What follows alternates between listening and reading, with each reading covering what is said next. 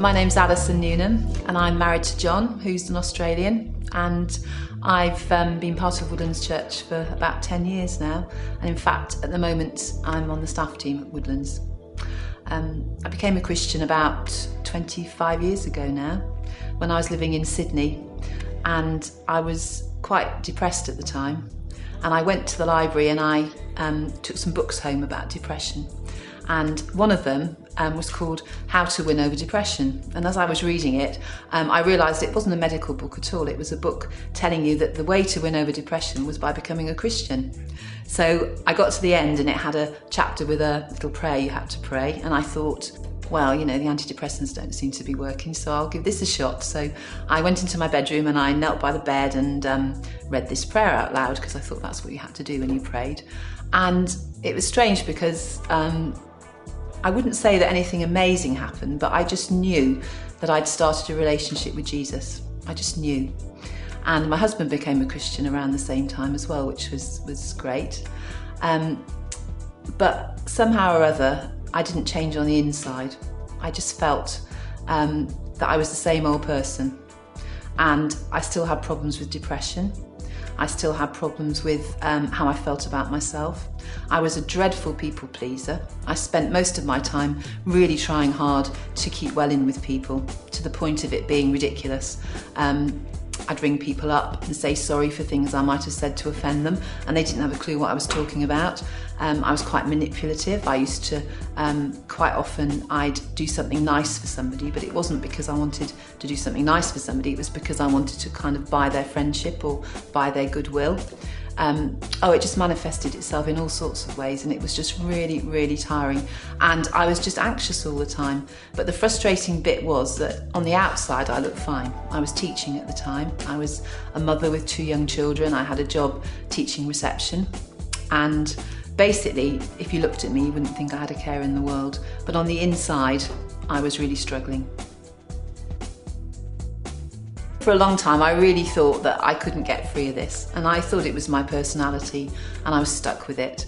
And I used to read verses in the Bible when it talks about you being a new creation and the old has gone and the new has come. And I used to think, well, the old hasn't gone with me.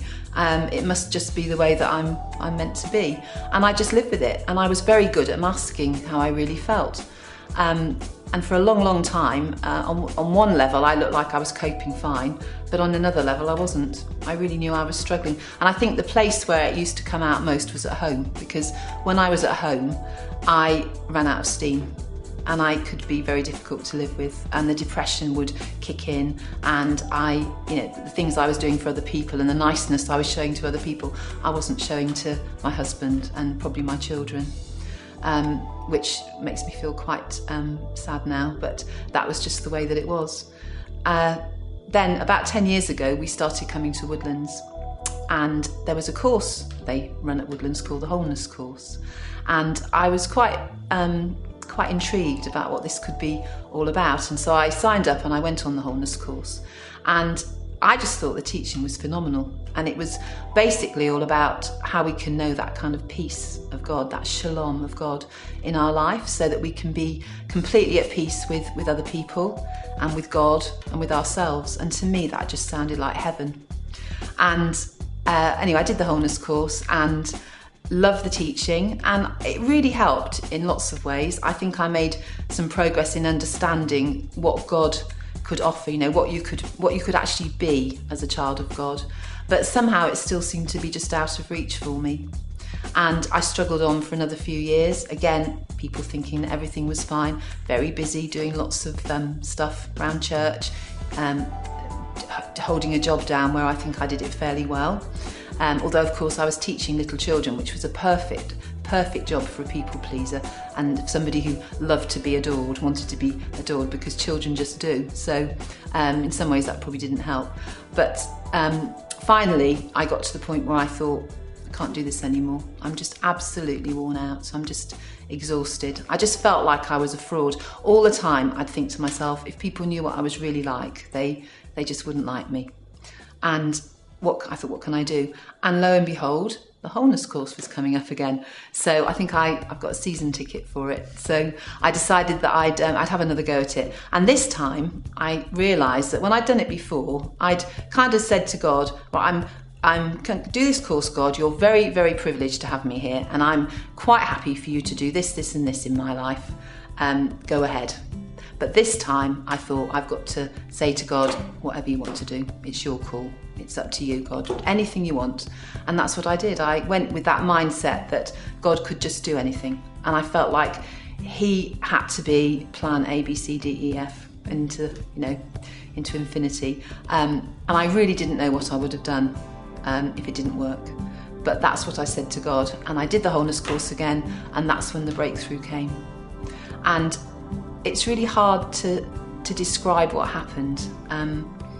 I guess the best way is to say that it was as if I'd been wearing some blinkers, really, and the blinkers came off, and I just saw how much God loved me, and I felt how much God loved me. I just knew how much God loved me. It had all been up in my head, and it suddenly went down into my heart, which sounds a bit cheesy, but that's what happened, really.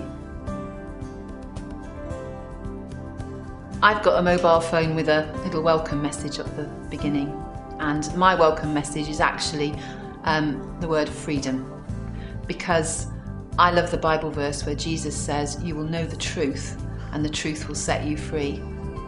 And I need to remind myself of the truth all the time. And I would suggest to anybody who has trouble with issues of self-worth that you need to know the truth. And the truth is that God loves you unconditionally, and that you have huge value to him, and that his love will never ever run out, and that you can find your security and your significance in him.